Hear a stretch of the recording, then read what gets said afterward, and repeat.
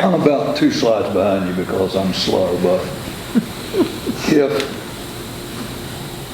I were to ask you what you would recommend as 2, 3, or 4 towns that you would recommend that people here take a trip to and see what they're doing. In other words, towns that may be facing problems or challenges or even have some of the same strengths that we have and have capitalized on those strengths or have improved the situation that was most challenging. Would there be 2 or 3 or 4 that you could suggest that if people in this town wanted to take a trip like that? Yes. I'm thinking. Culpeper is a similar size. It's a very different demographic. Tazewell is a similar size, potentially a closer demographic. I mean, when you're on the Amtrak line to DC, it's a game changer. Well, I know no one can be as special as we are, but... Excuse me, Rebecca. Let me think on that. Would you repeat what Eddie said in your answers? So the question was, what are 2, 3, or 4 communities that I would suggest for if Clifton Forge were to go find their counterpart around the state, a community that has faced similar challenges? I want to think on it a little more. Ask me again. I mean, you can tell me later, but it would just be, I think, a good piece of information for us to have. Absolutely. I think there are some people who would be interested in doing that. I certainly would. Absolutely. I think it's a great thing for communities to do, to visit other communities and have those conversations. I mean, you can email it back. It doesn't have to be tonight either. Okay. Thank you. I will get that to you. Next slide. And I will never have any idea where I am on time, so if someone needs to like flash times at me too, that's fine. Downtown Lynchburg, I always recommend folks take a look at their annual report and see the way that they diversify their resources. So they do fundraising, but they do fee for service. They generate revenue. They have activities at this point where they are showing so much value to their community that they can walk into a major employer, talk about what's on their work plan for next year, and walk out with a check for $5,000. In a lot of communities, you have to fundraise and fundraise and fundraise and have events and events and events and thousands of hours of volunteer time to do $5,000. Totally different size community, no fewer challenges in Lynchburg. And talk about property owners that also are just letting their buildings fall down. They have blocks of them there. Next slide. But also with their annual report, they're really communicating to the locality, their community, communicating to the building and business owners what they're doing so that everyone knows what's on their work plan and the value that they're adding. So when we're thinking about the organization and then the volunteer life cycle, you want to start by getting involved or asking people to be involved in just one task. Help us write thank you notes, or just volunteer on this one event, this one time. And then grow them to be more involved, maybe on a committee, then on the board, then executive direct leadership on the board. And in some communities, we even see them then get elected to be mayor or elected to town council and continue doing Main Street work from there. Next slide. So this is just really for when I provide the PowerPoint presentation to you all. This is a link to on our website. Actually, I think this is at virginiamainstreet.com. This is a webinar on organization that you can watch anytime. Next slide. Promotion. So a lot of people think about this as the party planning, but remember we talked from the soul of the community study with the Knight Foundation that having social offerings is a great benefit to your community. So historically, main streets have been talked about as, oh, they're the party planners. There is economic value to planning parties. Yes, ma'am. Going back to your volunteer cycle, how, my daughter has tried to volunteer several times with different things in the community, and she's been shot down because she's too young. She's 18, or she has no experience, or there's been a couple of places she's gone in and said, hey, I'd like to volunteer to help with such and such a thing, and been told, sorry, we don't need your help. They are missing out by not bringing teenage volunteers into their organizations. There are some Main Street organizations, again, kind of depending on their demographics. In Farmville, they always have a student from each of the 2 universities in town on their board. Others will have potentially a subcommittee of young professionals or young people in Wytheville. They really did a lot of programming with high school students, and one of the people who came up through that program is now paid staff for their program, for the Downtown Wytheville Inc. So I think especially if you are a community that doesn't want your kids to leave and never come back, engaging them and finding them things to do right away is very important. Yes? A new component of what's required to get a high school diploma is 10 hours of volunteer service. And that's going to be implemented soon at Allegheny High School. Excellent. And that will be an avenue for a lot of our organizations to solicit help from teenagers to come and volunteer for 10 hours. Who is here from the Clifton Forge Main Street organization? Mark, raise your hand. Raise your hand. Mark, raise your hand. Mark, we need you to write some volunteer job descriptions for the high school students. I'm sorry. Say that one more time? We're going to need y'all to write some volunteer job descriptions specific to the high school students That's and already jobs been that the done. high school students can do. We have already contacted the person in charge of that. She's 18. She can still volunteer. We'll find. I can't make any organizations here take her as a volunteer. Our next gathering, I think, is going to focus on volunteering, so I would suggest that they attend that one as well. The next community gathering is on volunteering, Correct. so the suggestion is to come back for that one too. And I think, Main Street organizations, volunteers are the lifeblood. To follow up on the question about contacting the high school, that was done well before Christmas.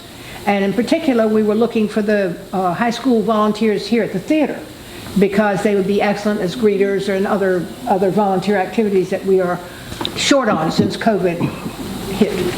So this sounds like a conversation for and y'all to have. And my understanding from the high school was that they list, for the high school kids, juniors and seniors, they would list opportunities for volunteering. It would be up to the individual young person to select where they wanted to go. To date, we've heard nothing. That's just an example of how it works both ways.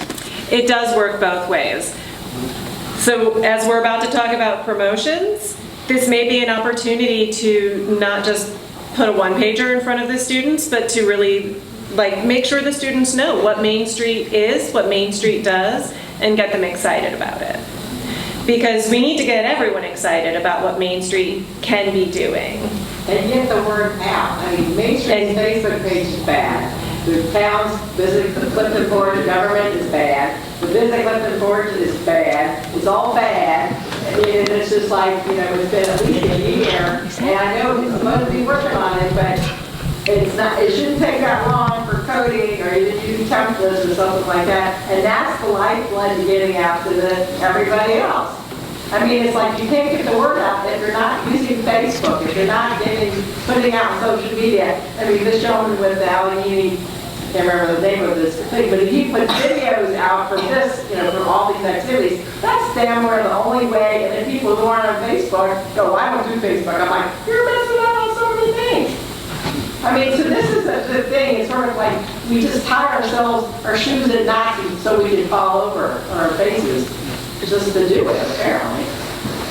Would you move on, Rebecca, please? Also, something we see in a lot of communities. Next slide. So in Fredericksburg, one of the things they did at the start of COVID, when you couldn't go into the shops anymore, they helped create QR codes for each of the businesses. So if you were walking by, you could scan that QR code, you could go to their website, and you could support that business. A lot of the Main Street communities in Virginia lost few to no businesses during COVID. And those that they did lose were for other reasons because they created these kinds of promotions. Next slide. Promotions don't have to be super complicated. In Blackstone, they did a sandwich sampler competition. They got a lot of sponsorships, as you can see on that form. They had a few of their restaurants participate, and people would buy a ticket, taste the sandwiches, vote for their favorite, and the ice cream sandwich won. Because of course the ice cream sandwich won, those are the best sandwiches. But it was very easy to do, it brought people downtown, it got people engaged in the businesses. Next slide.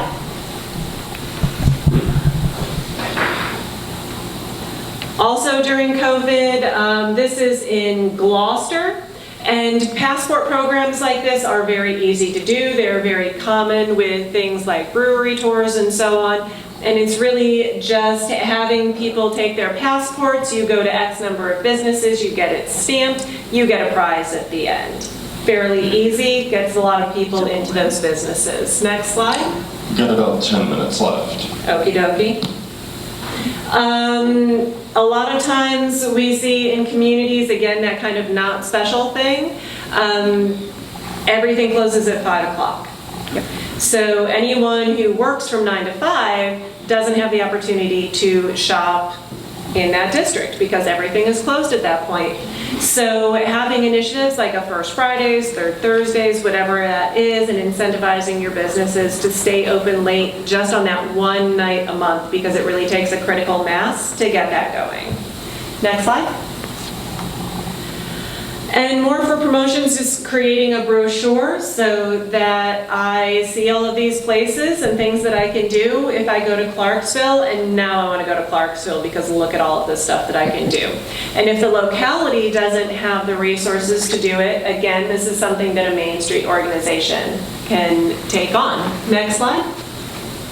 And this is the link to the video on promotions. Next slide. Design.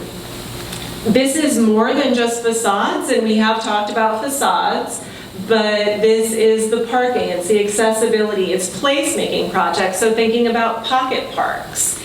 And are there benches, are there murals, are there things, and I know there are in Clifton Forge. You all do a great job with that kind of arts community and creating that vibrancy. Next slide. So here's something that they have done in Lynchburg, and really if you want to just go walk a district and see some of these kinds of things, Lynchburg is second to none on the placemaking that they do, the pocket parks and so on. So they took this alley and they got a grant, I think it was from, I'm not going to be able to remember. Ask me again in a week and I will remember. And so they created this alley, they painted the ground, they had permissions to put paint on some of the buildings, and you can tell in some of the pictures, some of these art images, they're not murals, they are art that is installed on the building. And then once a year they will remove that art, they auction it off, and that's a fundraiser for the organization, and then they will put new art on, and it's created a really beautiful space that people now actually visit instead of just cutting down an ugly alley to get to the next street. Next slide. Rebecca, could I ask you a question about Yes, that slide? And all that artwork is wonderful. Was that located in a designated historic district? I do not believe that Lynchburg has a local historic district with design review. Thank you. Thank you. There are ways to do murals, and we actually have a mural tech sheet on our website that we can share. because Kathy Frazier did that. If you're not familiar with Kathy Frazier, she is a preservation architect out of Stanton. Kathy does not believe in painting historic brick. There are murals that you can do that are vinyl. They might go over something, but they're not damaging historic material. They can be easily removed. There's also other things that you can do with lighting that simply casts shadows in a really interesting way. So we can talk about ways that doesn't harm historic material. I have a question. So I noticed that, the before picture had a lot of electrical wires and meters and... The before picture had a lot of electrical wires and meters. And meters that had to be read and that sort of thing. So how they, Can you go back one slide?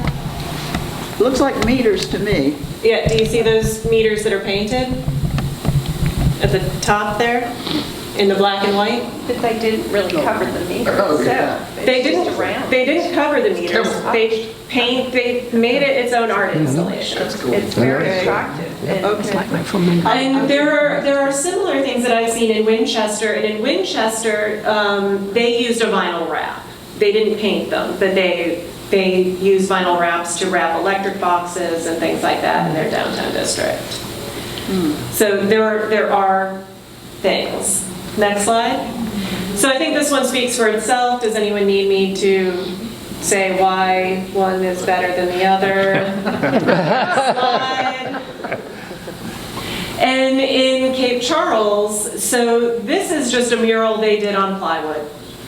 And they did this because a building came down. It's a vacant lot. Rather than having people just see an eyesore in the middle of their downtown, they created this temporary mural that can be gone tomorrow when that lot is redeveloped. Next slide.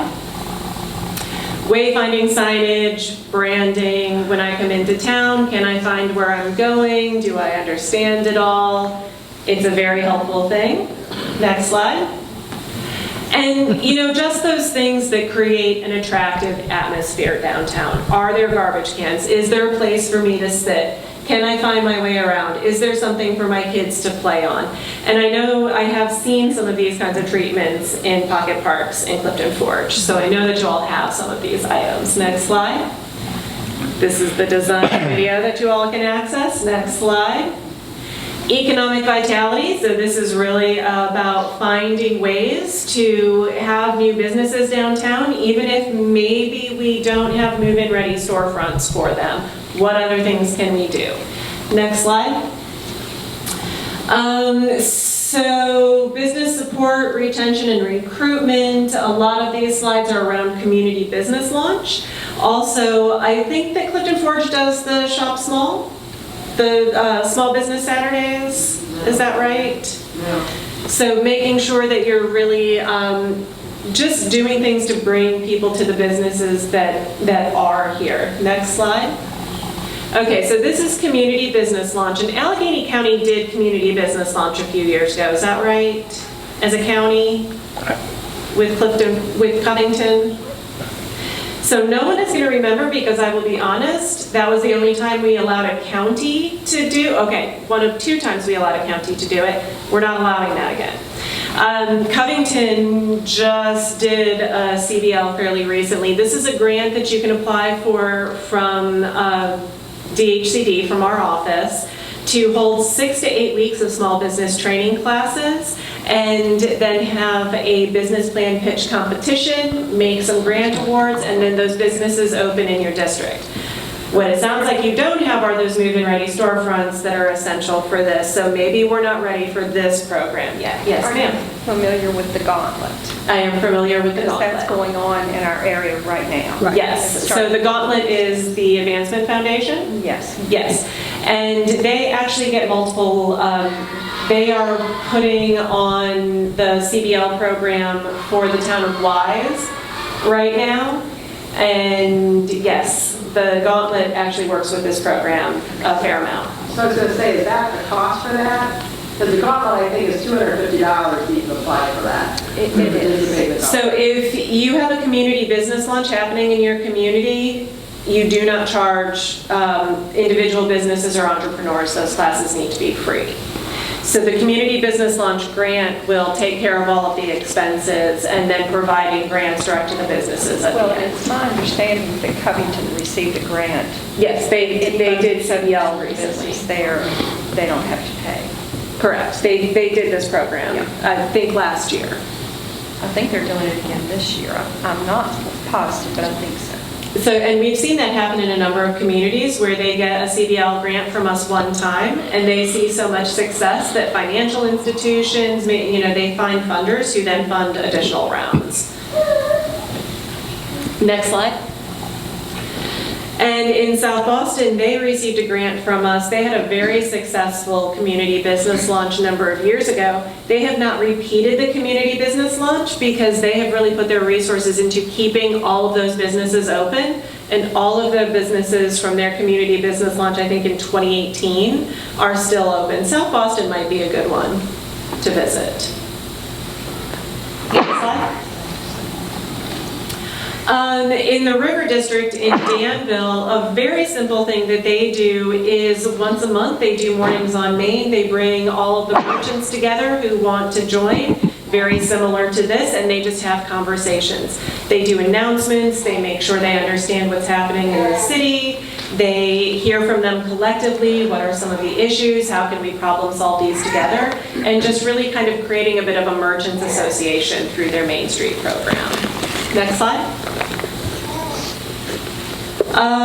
Revolving loan fund. This is in Blackstone. So revolving loan funds can do great work if you have those property owners who would take advantage of this and use it to fix up their properties, put on better signage. But if you're going to have a revolving loan fund, you need to have underwriting standards, you need to have a plan for that repayment, you need to service those loans.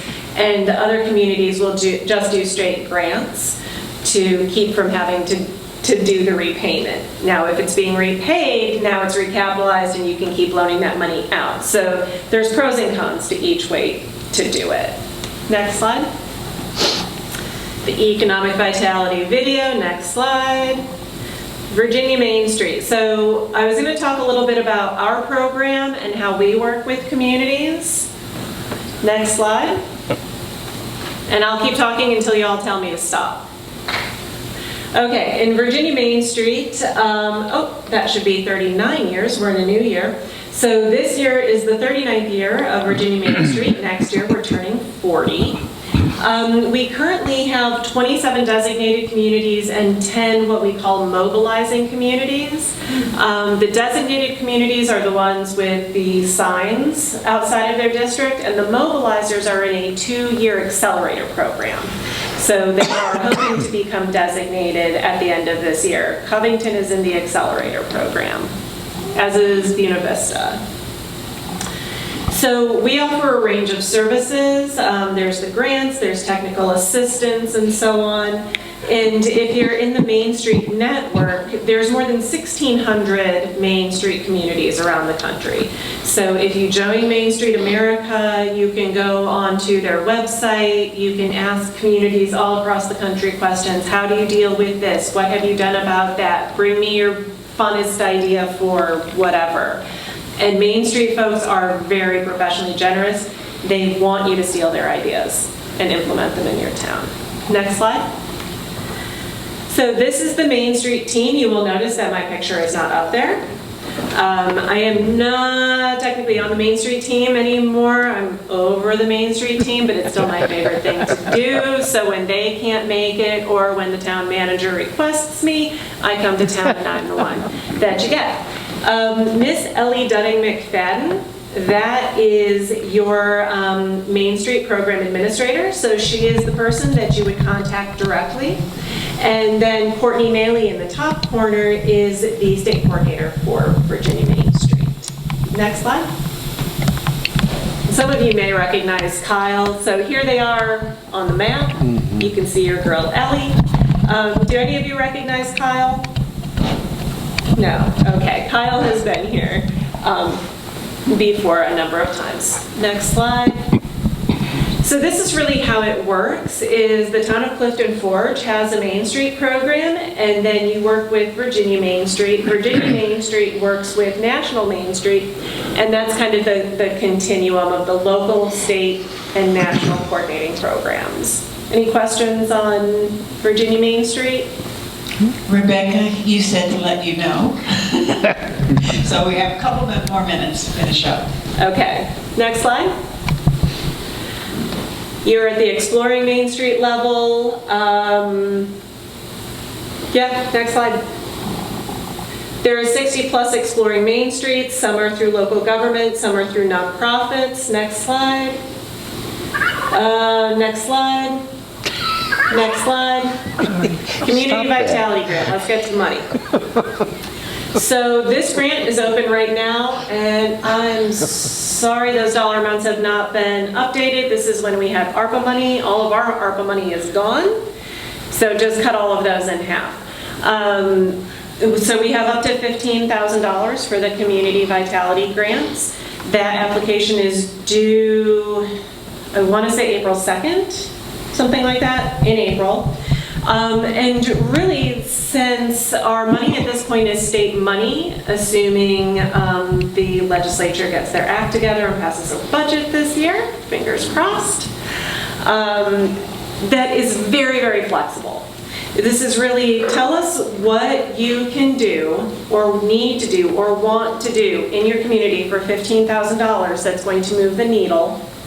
And you need to bring some match. It's a 2-to-1 match, so if you are asking for $15,000, you need to bring $7,500 in match.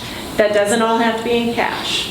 Some of that can be in kind, which is volunteer hours, donated materials, and so on. And again, very flexible, from planning efforts to pocket parks to market studies. And a great point of contact if you have an idea for a project is to talk to Ellie. Question? Is Clifton Forge, since we are on the bottom tier of the Main Street hierarchy, are we eligible for all 3 of those grant categories? You are eligible for the Community Vitality Grant.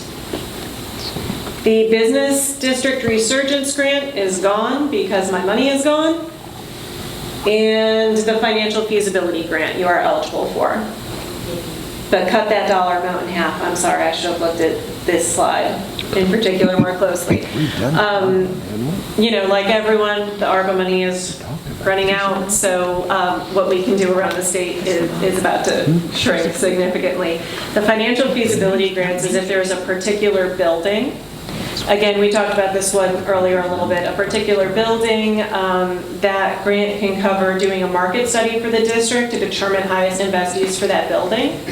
But then if you have that market study, it really can be broadly applicable to the community to see what kind of businesses and so on. And then it would also look at what is the architectural and engineering that would need to happen to that building to adapt it to a new use. And it can also potentially cover business plans and pro formas and so on.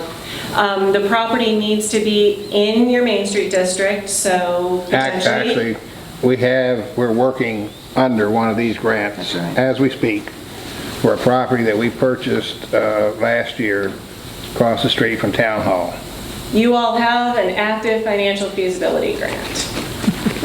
So, your locality is taking advantage of that. Did I see a hand in the back of the room?